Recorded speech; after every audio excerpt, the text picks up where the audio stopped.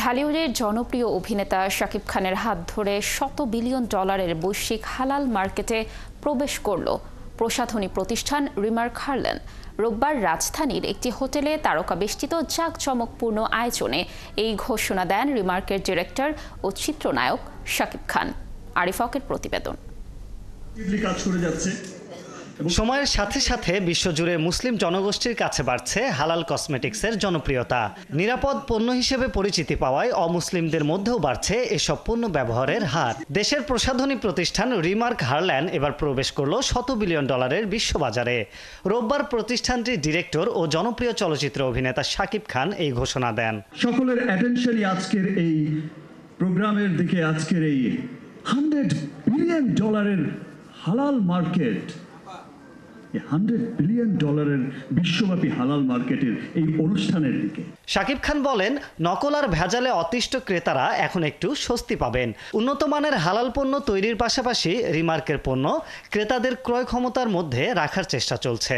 বাংলাদেশে এই প্রথম কোন স্কিন কেয়ার পণ্য প্রতিষ্ঠান হালাল সার্টিফিকেট পেল। রিমার্ক এই হালাল পণ্য, এই বিশ্বমানের পণ্যটি আমার দেশের মানুষের কাছে পৌঁছে দিচ্ছে তার ক্রয় ক্ষমতার মধ্যে। এ সময় আসন্ন ঈদে মুক্তির প্রতীক্ষায় থাকা ছবি বরবাদ নিয়েও কথা বলেন এই অভিনেতা।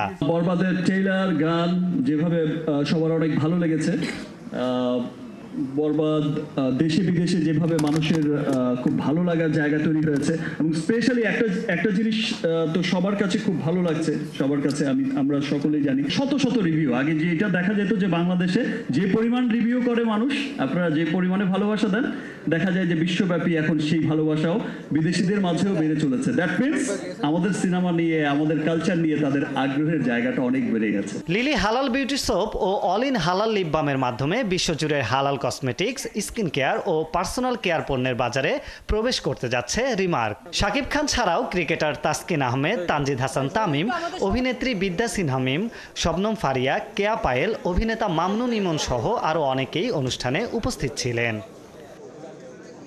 আরিফ হক, ৭১, ঢাকা।